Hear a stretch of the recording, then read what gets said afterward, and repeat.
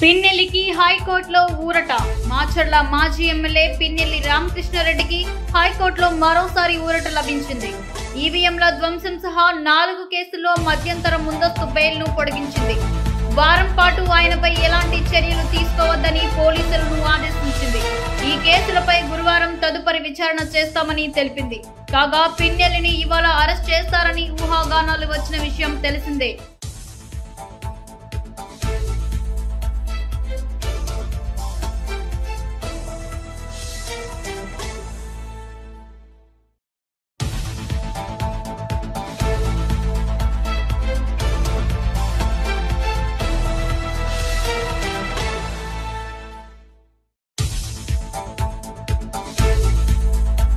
పిన్నెల్లికి హైకోర్టులో ఊరట. మాచర్ల మాజీ ఎమ్మెల్యే పిన్నెల్లి రామకృష్ణారెడ్డికి హైకోర్టులో మరోసారి ఊరట లభించింది. ఈవీఎంల ధ్వంసం సహా 4 కేసుల్లో మధ్యంతర ముందస్తు బెయిల్ను పొడిగించింది. వారం పాటు ఆయనపై ఎలాంటి చర్యలు తీసుకోవద్దని పోలీసులను ఆదేశించింది. ఈ కేసులపై గురువారం తదుపరి విచారణ చేస్తామని తెలిపింది. కాగా పిన్నెల్లిని ఇవాళ అరెస్ట్ చేస్తారని ఊహాగానాలు వచ్చిన విషయం తెలిసిందే.